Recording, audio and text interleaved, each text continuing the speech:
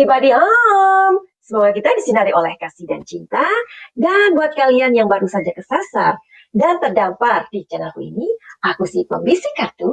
Aku tinggal di Belanda dan di Thailand. Nah, buat kalian yang udah terdampar berkali-kali, much love. Oke Besti, hari ini kita mau nyumbang lagi yuk. Kita mau bahas kasus subang tipis-tipis yang tak lain dan tak bukan kita akan bantu untuk up supaya kasus ini tidak tenggelam. Oke, kita mulai. Jadi Madam Suki hari ini mau konsentrasi dengan komentar dari deterjen yang memang sebenarnya nggak bisa untuk diabaikan begitu aja. Tapi sebelum itu ya, Madam Suki mau ngebacain dari deterjen ya, yang satu ini. Sebelum kita mulai ke pertanyaan-pertanyaan kalian, oke? Khusus untuk ngebacain komentar-komentar dari deterjen atau netizen ya, yang masih ngikutin kasus Subang dengan setia sampai hari ini. Jadi kita mulai dengan seseorang deterjen bernama Adi Tahta ya, kayaknya ini Mas ini memang concern banget gitu loh, punya attention banget gitu loh ya sama kasus ini. Jadi aku bacain ya, ini bukan pertanyaan tapi lebih ke sebuah opini gitu loh, pendapat dari dia sendiri. Tapi nggak apa-apa loh ya, kita baca aja ya. Dia mengatakan, Adi Tata, kunci terungkapnya kasus ini atau kasus berencana anak istri Pak Yosep ada di tangan Pak Yosep, bukan di tangan saksi lain. Alasannya? Nah, ini alasannya. Pertama, Pak Yosep adalah kepala keluarga dari kedua almarhumah. Berarti tanda ini ya, tanda kurung, tanggung jawab secara etika moral dan agama. Kedua, Pak Yosep adalah orang yang terakhir dan orang yang pertama berada di TKP, memanggil Pak Ujang untuk masuk melihat-lihat dan melaporkan ke Kapolsek dan lain sebagainya.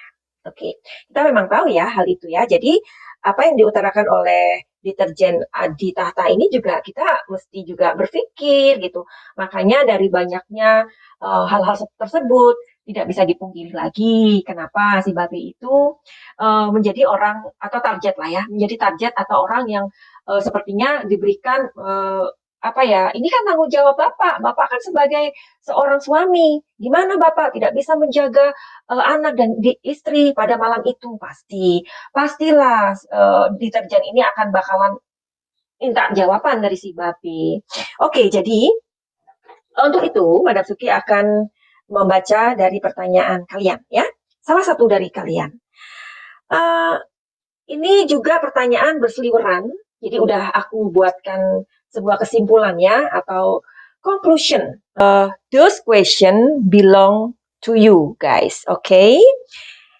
Apakah si cupu ini sering dimarahi oleh Bu Tuti dan Amel? Ya, kita juga penasaran loh ya. Kita penasaran. Kalian yang baru saja terdampar atau kesasar di channelku ini, kalian masih tahu bahwa Madam Suki melihat peristiwa atau kasus atau kejadian melalui sebuah kartu atau kartu yang bernama tarot. Kenapa tarot? Iya, kenapa tarot? Kalian harus tahu. Inilah jawabannya.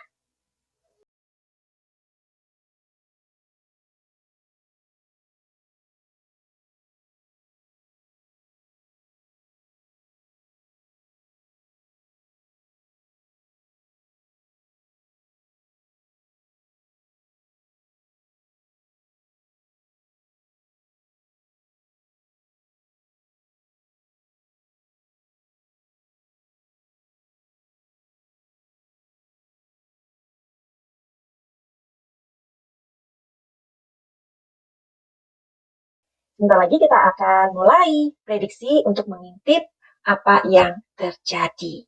Tapi buat kalian yang mempunyai masalah, kayaknya hidup itu nggak lepas dari masalah, benar. Masalah itu adalah beban, benar. Kalau orang punya masalah, artinya orang itu punya beban. Bebannya di mana? Pasti di pikiran. Nah, semisal kita bebannya udah banyak di pikiran, kita tidur enak apa enggak? Enggak enak. Kita mau healing, jalan-jalan aja lah.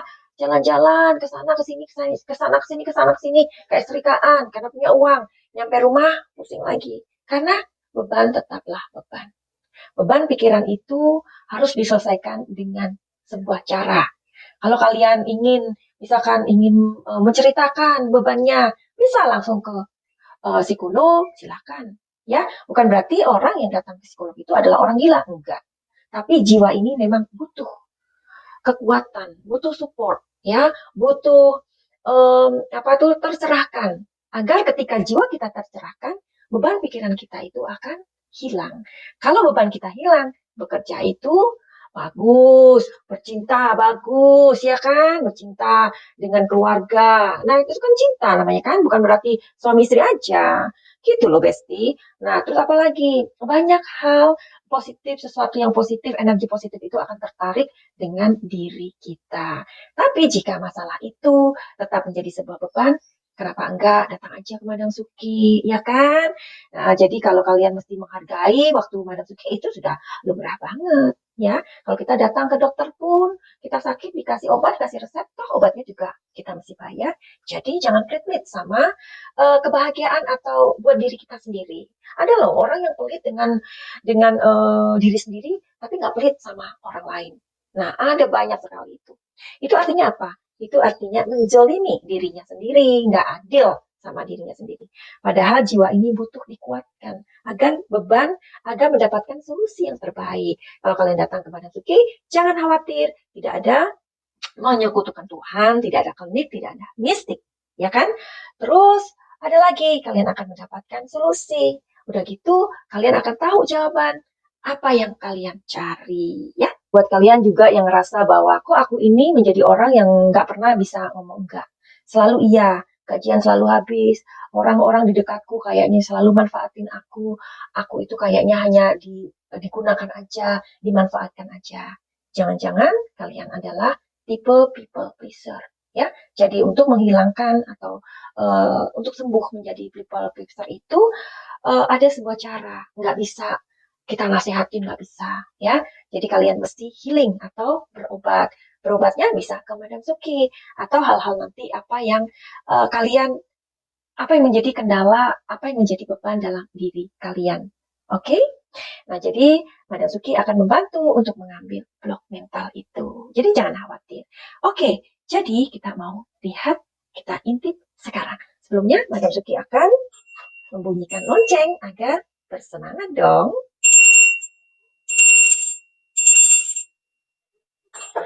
Pertanyaan pertama, apakah Ibu Tuti itu, apakah si cupu itu sering dimarahi Ibu Tuti dan Amel, ya?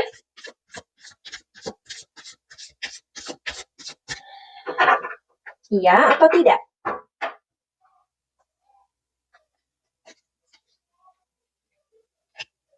The Tower.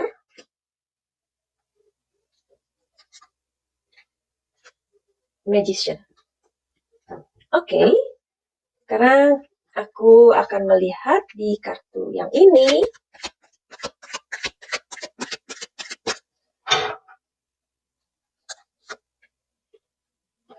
Ya, nomor 9.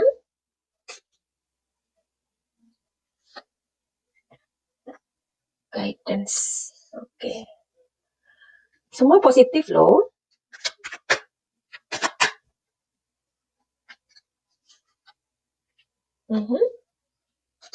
Following. Receptivity. Oke, yang satunya. Oh, terbalik nih kartunya, tapi bagus ini artinya. Playfulness. Ya. Jadi telling story-nya adalah tepatnya Ibu Tuti itu kepada si cupu, beliau sangat tegas. Ya, tegasnya itu karena ingin mendidik sebenarnya, mendidik si cupu ini, begitu, diajarin. Nah, kadang juga kalau si cupu melakukan kesalahan ya diomelin, maksudnya dikasih tahu gitu loh, dikasih tahu begini loh, begini ya. Tapi sebenarnya Ibu Tuti sangat sayang sama si cupu, sayang banget. Seperti yang pernah Mbak Nasuki kasih tahu bahwa Ibu Tuti itu kalau memang sesuatu yang dibutuhkan pasti akan dengan cepat mengeluarkan. Nggak usah diminta 2 kali. Ya, demikian juga kalau si cupu butuhnya untuk ke sekolahnya atau apanya. Oh, bahkan eh, sesuatu yang nggak diminta akan diberi. Ya, ini Ibu Tuti. Berarti orangnya sangat tegas. Ya, pernah marah juga, tetapi untuk ngajarin. Oke? Nah, kalau di Amel juga, Amel begitu. Jadi kalau misalkan ada sesuatu order atau perintah, itu tegas. Amel ini tegas orangnya sama si cupu, ya. Terus di sini, tapi dia ada lembut-lembutnya orangnya. Nggak bisa yang frontal, kamu gini, enggak. Nggak suka marah-marah gitu, cuma tegas aja. Tegas sama marah-marah beda ya, Besti? Bedain. Terus di sini ada kartu yang terbalik kan? Nah, jadi si Amel ini menganggap cupu ini adalah keluarganya, ya, keluarganya, belong her family. Jadi nggak ada, dia nggak pernah terlintas cupu itu bukan keluarga biologis atau apa, enggak. Ya, ini Amel. Terus Amel juga orangnya sangat baik hati sama cupu. Finally, begitu aja. Send love and light. Salam jaya.